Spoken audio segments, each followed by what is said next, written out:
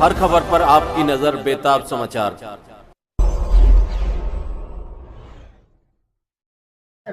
जमहूरियत की तो यही खासियत है, हर किसी को इलेक्शन लड़ने की खुली छूट है। मैंने भी आज इंडियन एक्सप्रेस अखबार के जरिए ये खबर पढ़ी कि शायद जमाते इस्लामी जो ये कोशिश कर रही थी कि उनके ऊपर लगाई हुई बैन जो है वो उठे, और बैन उठने के बाद वो अपने नुमाइंदे इलेक्शन में उतारने की बात कर रहे थे। बदकिस्मती से इलेक्शन ब्यूगल बजने से पहले उनके ऊपर लगाई हुई बैन उठी नहीं।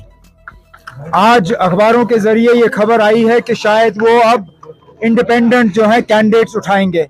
बिस्मिल्लाह, हम तो चाहते थे कि वो अपने सिंबल पे कैंडिडेट उठाएं, अपने पार्टी जमाते इस्लामी के नाम पे कैंडिडेट उठाएं, लेकिन अगर वो मुमकिन नहीं हुआ तो चलिए आजाद उम्मीदवार ही सही आए मैदान में, अपना मंशूर लेके, अपने इरादे लेके, अपने वादे लेके, और फिर लोगों तक है वो किसको वोट देना पसंद करेंगे।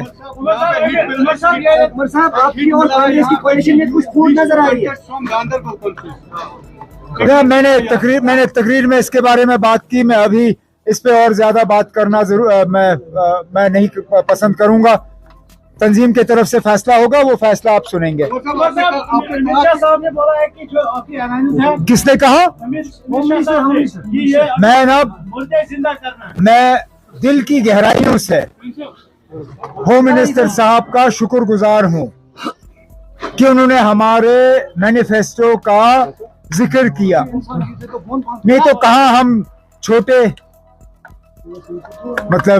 दर्जे की एक तंजीम इस मुल्क के एक दूर दराज कोने में इलेक्शन लड़ते हुए हमारा मंशूर हिंदुस्तान के होम मिनिस्टर को नजर आए, ये बहुत बड़ी बात है। मैं तो बहुत शुक्रगुजार हूं कि उन्होंने जब हमारे मंशूर का नोटिस लिया तो उन्होंने मजबूर किया उन लोगों को जो आज तक हमारा मंशूर पढ़ने के लिए तैयार नहीं थे, उन्होंने भी हमारा मंशूर पढ़ा। अफसोस की बात यह है कि होम मिनिस्टर साहब को हमारे मंशूर में एक ही पैराग्राफ नजर आया, और कुछ ऐसी बातें भी होम मिनिस्टर साहब ने की जो हमारे मंशूर में कहीं है ही नहीं, जिस तरह नाम बदलने की बात। मैंने होम मिनिस्टर साहब के इस ट्वीट के बाद अपना मंशूर दोबारा पढ़ा कि कहीं वो बात मुझसे रह न गई हो, लेकिन वो बात हमने कहीं अपने मंशूर में की नहीं। लेकिन इसके बावजूद मैं होम मिनिस्टर साहब का शुक्रगुजार हूं कि उन्होंने हमारे मैनिफेस्टो को पढ़ा और उसका जिक्र किया। आपने कहा कि आपका जो मैनिफेस्टो है वो कॉपी पेस्ट किया गया है बाकी जो सियासी पार्टी से, तो फिर महबूबा मुफ्ती ने चैलेंज क्यों किया कि अगर ये हमारा मैनिफेस्टो एक्सेप्ट छोड़ दीजिए उनके चैलेंज को। अंग्रेजी में एक कहावत है, imitation is the best form of flattery.